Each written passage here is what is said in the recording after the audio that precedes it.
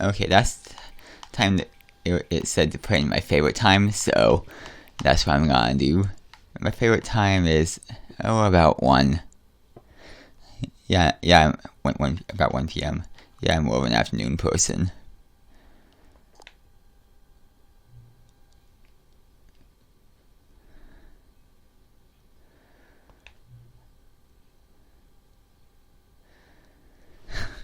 Oh, to be fair, it is actually 1:07 right now. Right now when I'm recording this, so.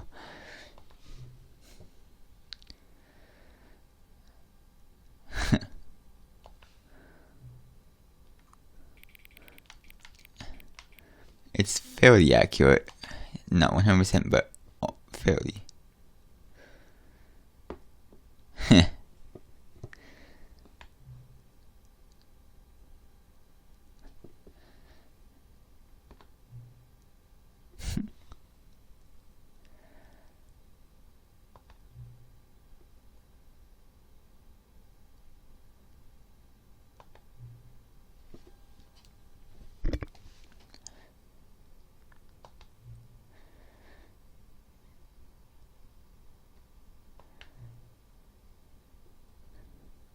Okay. Hello and welcome back to the Stanley Parable Ultra Deluxe.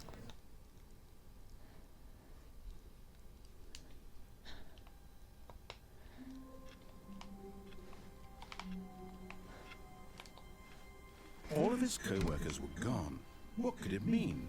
Stanley decided to go to the meeting room. Perhaps he had simply missed a memo.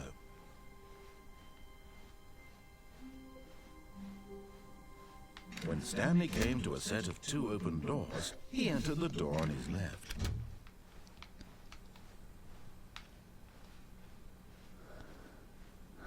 Okay. Yet there was not a single person here either. Feeling a wave of disbelief, Stanley decided to go up to his boss's office, hoping he might find an answer there.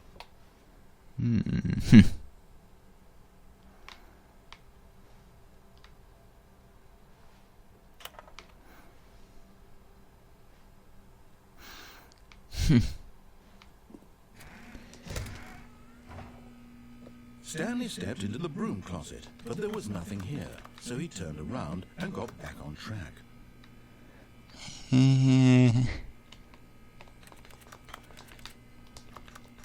There was nothing here. No choice to make, no path to follow, just an empty broom closet. No reason to still be here. It was baffling that Stanley was still just sitting in the broom closet. He wasn't even doing anything. At least if there was something to interact with, he'd be justified in some way. As it is, he's literally just standing there doing sweet F.A.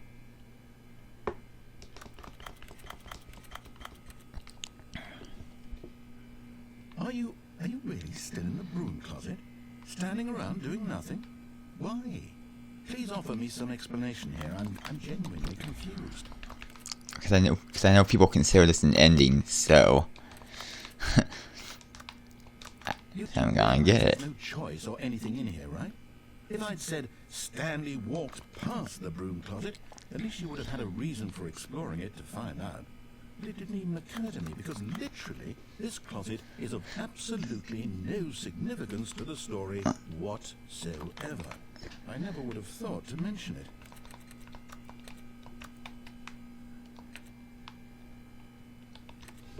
Maybe to you this is somehow its own branching path. Maybe when you go talk about this with your friend you'll say, "Oh, did you get the broom closet ending? The broom closet ending was my favourite." I hope your friends find this concerning. Yeah, I'm gonna be honest. A lot of people like this and ugly and really ending, but he probably only got the job because of a family connection. That's how stupid he is. That or with drug money. Also, Stanley is addicted to drugs and hookers.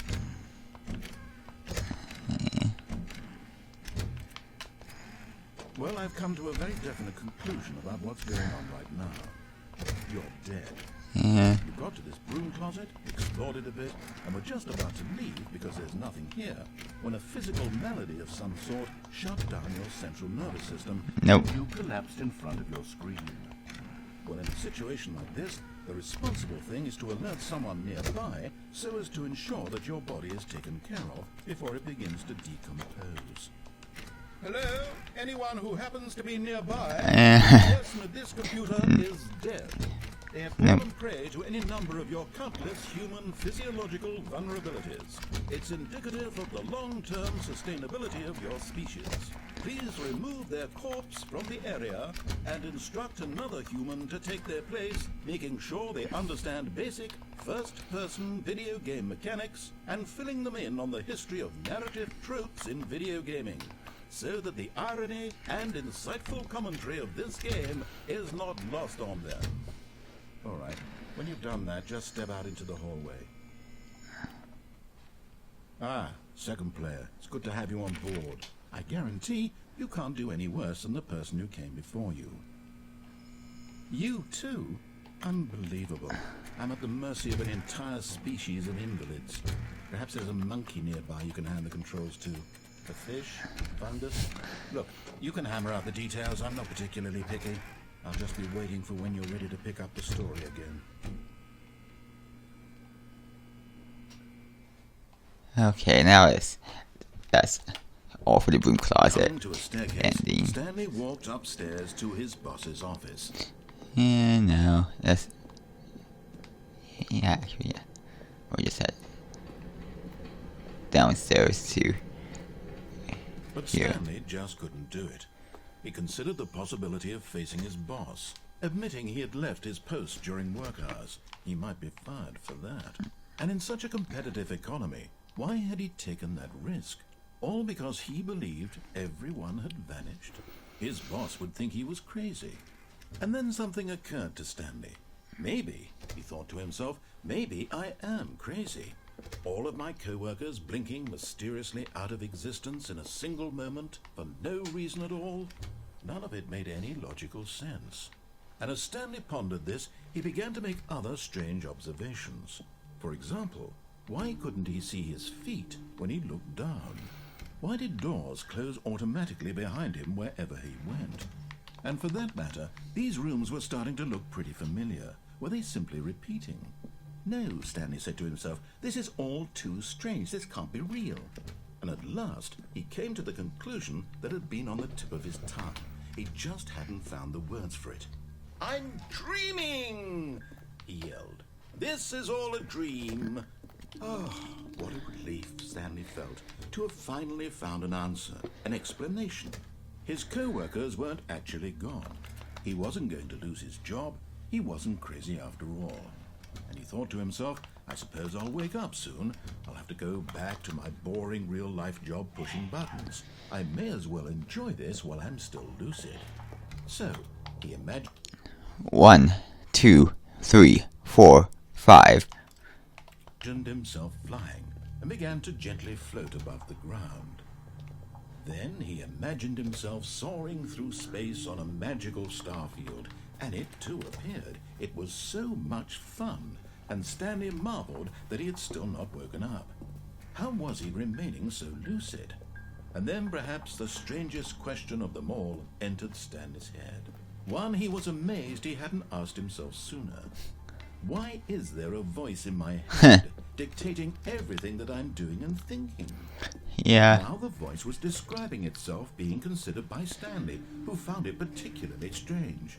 I'm dreaming about a voice describing me, thinking about how it's describing my thoughts, he thought. And while he thought it all very odd, and wondered if this voice spoke to all people in their dreams, the truth was that, of course, this was not a dream. How could it be? Was Stanley simply deceiving himself, believing that if he's asleep he doesn't have to take responsibility for himself? Stanley is as awake right now as he's ever been in his life. Now, hearing the voice speak these words was quite a shock to Stanley. After all, he knew for certain, beyond a doubt, that this was in fact a dream. Did the voice not see him float and make the magical stars just a moment ago? How else would the voice explain all that? This voice was a part of himself too. Surely, if he could just... He would prove it. He would prove that he was in control, that this was a dream. So he closed his eyes gently, and he invited himself to wake up. He felt the cool weight of the blanket on his skin, the press of the mattress on his back, the fresh air of a world outside this one. Let me wake up, he thought to himself. I'm through with this dream. I wish it to be over. Let me go back to my job. Let me continue pushing the buttons. Please, it's all I want. I want my apartment, and my wife, and my job. All I want is my life exactly the way it's always been. My life is normal. I am normal. Everything will be fine. I am okay. Nope.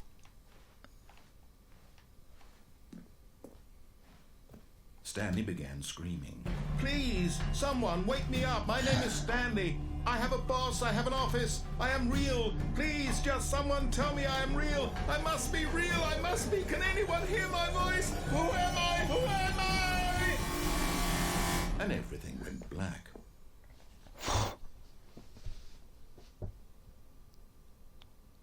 This is the story of a woman named Mariella. Mariella woke up on a day like any other. She arose, got dressed, gathered her belongings, and walked to her place of work. But on this particular day, her walk was interrupted by the body of a man who had stumbled through town talking and screaming to himself, and then collapsed dead on the sidewalk. And although she would soon turn to go call for an ambulance, for just a few brief moments she considered the strange man. He was obviously crazy, this much she knew. Everyone knows what crazy people look like.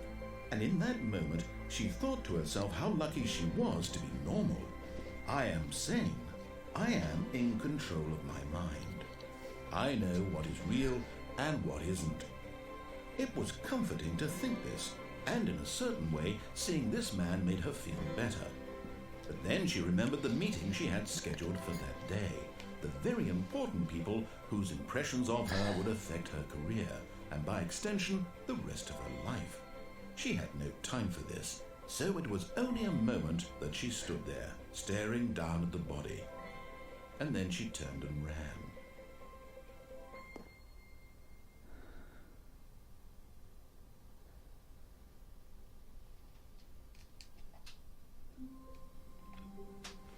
Okay. All of his co-workers were gone. What could it mean? Stanley decided to go to the meeting room. Perhaps he had simply missed a memo.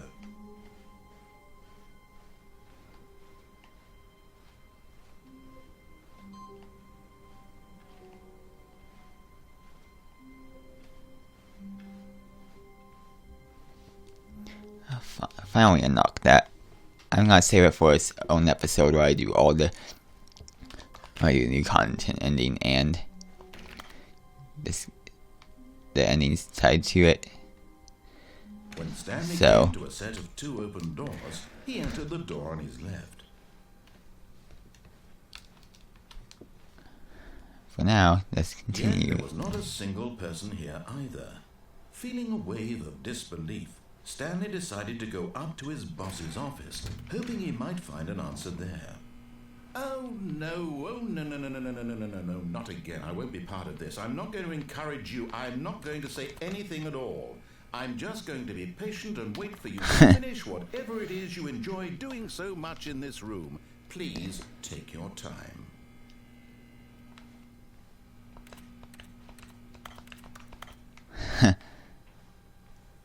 Coming to a staircase, Stanley walked upstairs to his boss's office.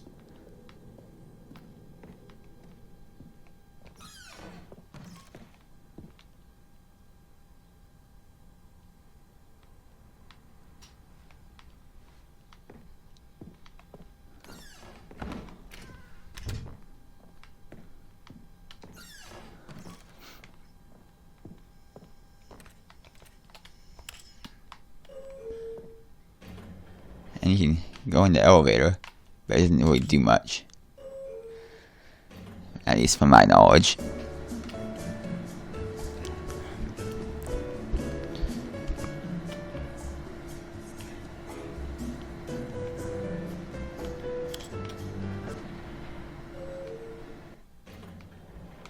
And just puts you back in the office.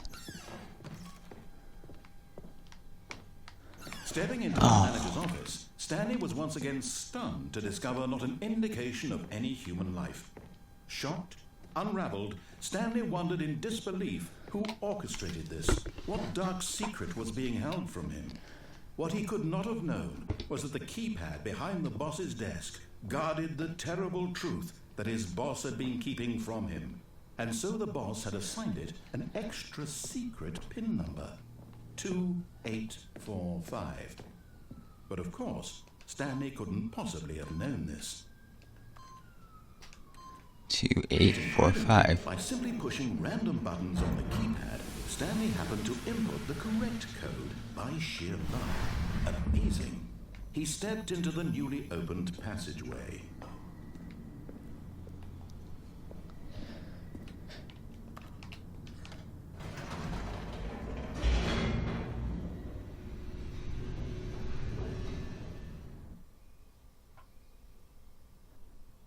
Descending deeper into the building, Stanley realized he felt a bit peculiar. It was a stirring of emotion in his chest, as though he felt more free to think for himself, to question the nature of his job. Why did he feel this now, when for years it had never occurred to him? This question would not go unanswered for long.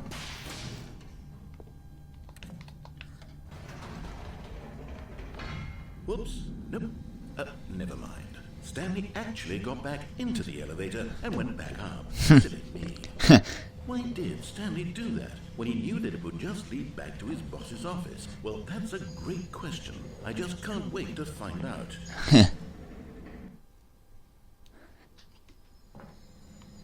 And back at the top.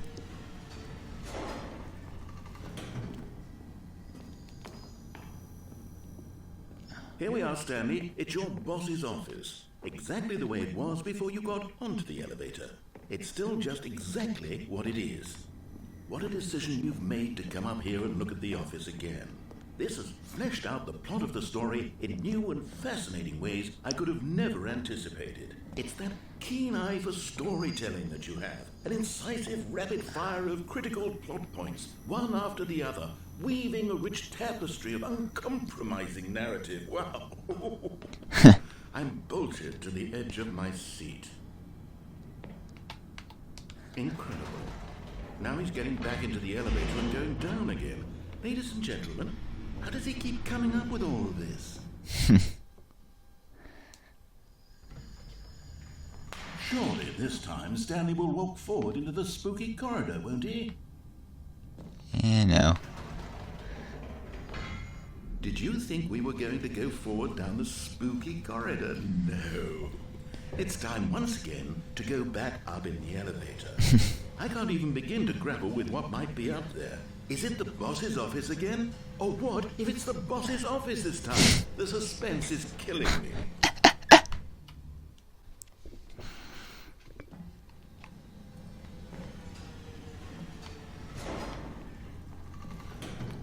And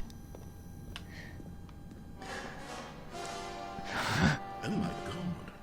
It's the boss's office. This absolutely changes everything for me. Give me a time out here for a minute while I process.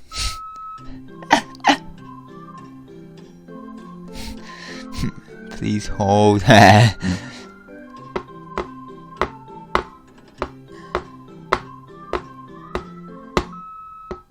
I'm ready.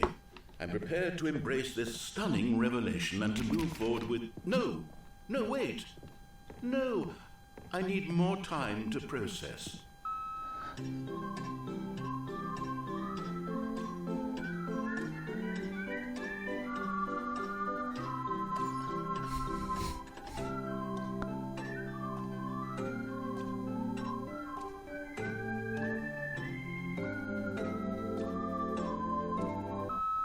All right. I have fully come to terms with it. I have made space in my worldview for this astonishing new reality. As before, I turn to your expert eye for gripping narrative, Master Stanley.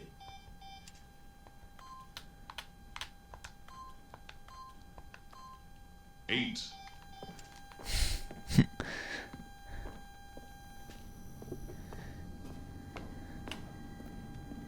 Of course. Going back down in the elevator. How did I not anticipate it? I mean, sure, now it's obvious, but you have to understand that 30 seconds ago, this kind of thing had never been attempted before. I had no frame of reference to even anticipate it. That's just how revelatory Stanley's decision-making is. A breath of fresh air in a landscape of storytelling that has grown stale and repetitive.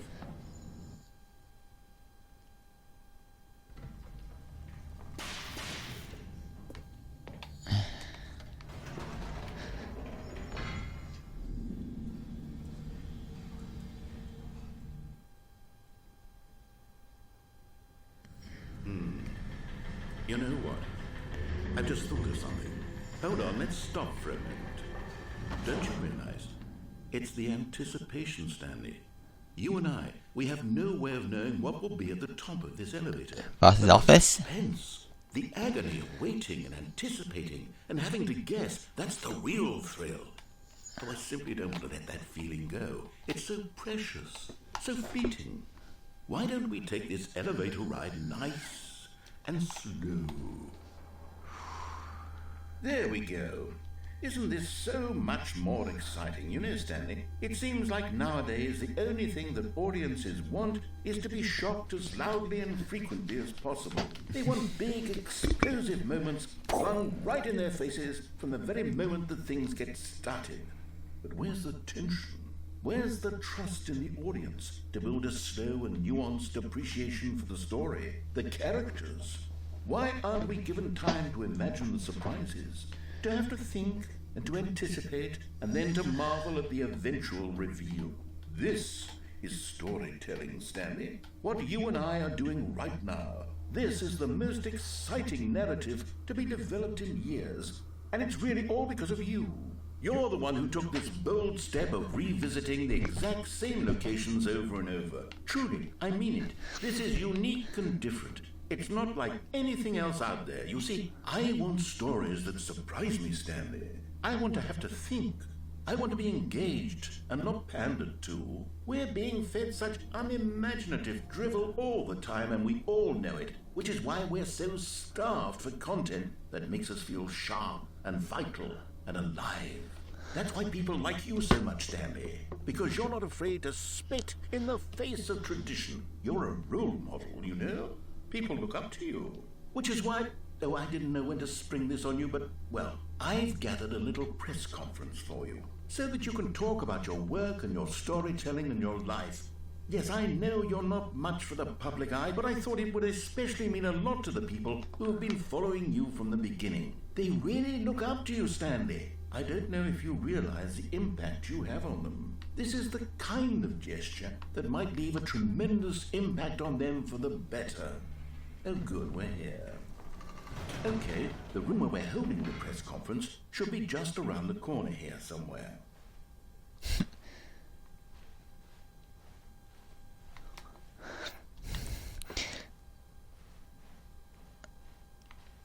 Ah, yes, here it is, just through this door.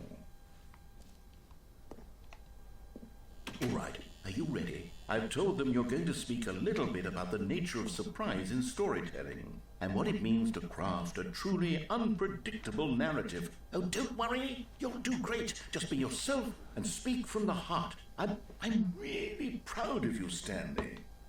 Okay, it looks like they're ready for you. Go get them.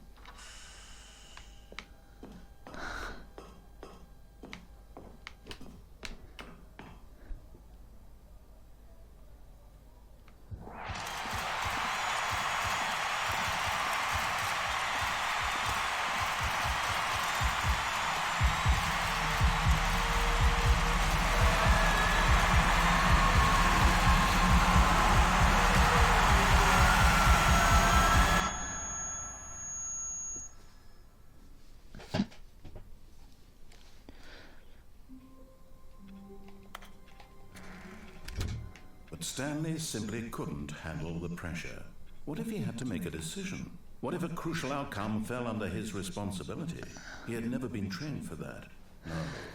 This couldn't go anywhere except badly. The thing to do now, Stanley thought to himself, is to wait. Nothing will hurt me. Nothing will break me. In here I can be happy forever. I will be happy. Stanley waited. Hours passed, then days. Had years gone by? He no longer had the ability to tell. But the one thing he knew for sure, beyond any doubt, was that if he waited long enough, the answers would come. Eventually, someday, they would arrive. Soon, very soon now, this will end. He will be spoken to. He will be told what to do. Now it's just a little bit closer. Now it's even closer. Here it comes.